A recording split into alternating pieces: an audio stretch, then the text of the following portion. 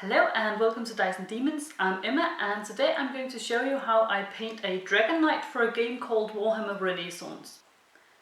Warhammer Renaissance is a relatively new game designed by a man called Baldur Asmussen. It's designed to be more like Warhammer Fantasy Battles as they were in the 4th edition, so we're way back into the 1990s. But he has tweaked it a little bit so that there is a better balance in the game. I haven't actually played it myself, but I have been following along on the sidelines and I'm very intrigued by it, and I love the passion that went into it. So he has written an entire 192-page rulebook for Warhammer Renaissance, and it's all completely free and available on their Facebook page. Anyone can download it. So if you're interested in a very classic style of Warhammer fantasy game, I think you should check out their Facebook group and look at the rules and see if it's something for you. I believe they're going to be having their very first tournament this summer, and it's here in Denmark. I really love the passion that went into a project like this, so I think it's a lot of fun being able to paint models for it. So this is a Dragon Knight, and as you can see it's painted in black, red and green, and it's inspired by a photo from an old White Dwarf magazine. So it's supposed to look like something from the 90s. So first off, I use the red contrast paint that I'm so fond of, Blood Angels Red, and apply a layer of that to the horse armor and also to the Dragon Knight himself. As with a lot of other contrast paints, this doesn't work as well on the bigger plates of armor on the horse. It's a bit uneven, but I'm going to be doing other layers on top of that, so it's not really a problem here. Next up, I take my green contrast paint Warp Lightning and use that to paint some of the armor on the horse and on the knight. All of the Dragon Knights are basically painted in 3 different colors: green, red and black.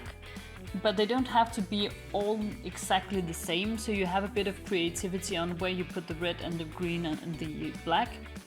The black I'm painting with is the contrast paint Black Templar.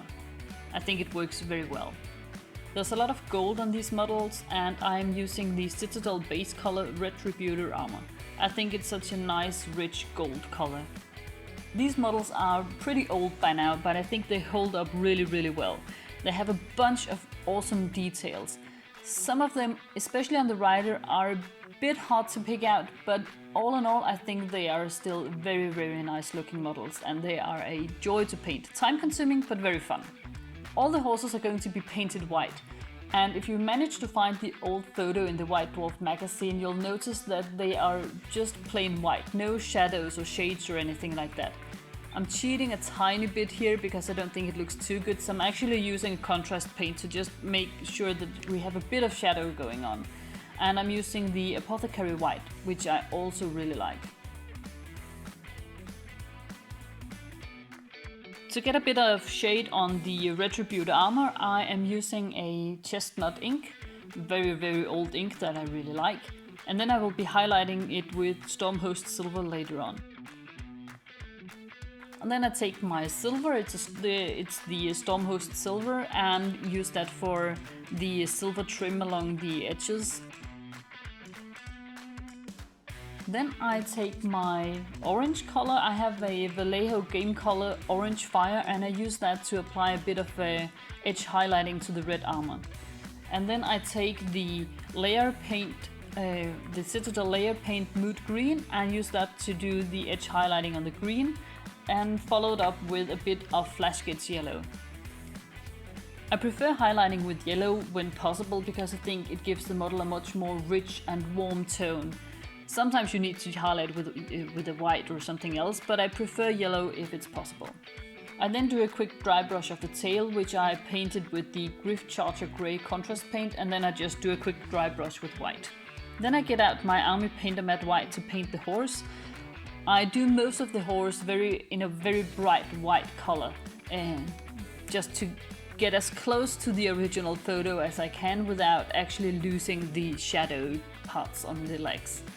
Before I got into Warhammer, one of my main hobbies was actually horseback riding, and I've had a couple of horses myself. I always feel a bit silly painting a horse pure white because no horse in the real world would look like that for more than approximately 10 seconds after you've finished washing it. But it does look great on a model though. I'm going to do a freehand design on the shields, and as these are dragon knights, I thought it would be appropriate to paint a dragon. And I'm trying to get relatively close to the original photo you can just see here at the edge of the screen. I use a Sharpie for this because it's easier to control than a pencil, I think.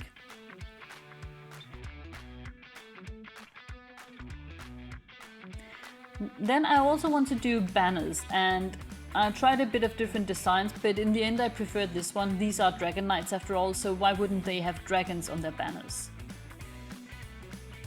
And I put all these in my computer, printed them all out so that I would have similar banners. I didn't do the coloring on the computer because I wanted them still to look like they were handmade, and because I think that gives it a much better look on the finished model. So this way I get to paint them while also being sure that they all look similar.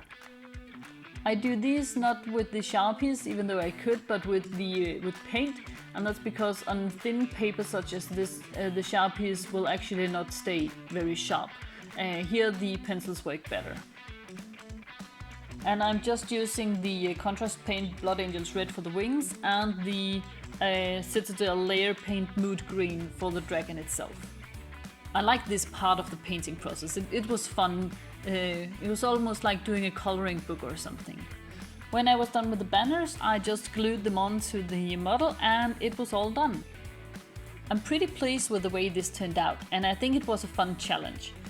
I particularly enjoyed actually doing the freehand on the shield and on the banner. That was a lot of fun. It's not something I have done a whole lot, but I think I should probably give it a go more often. I also really like the color scheme.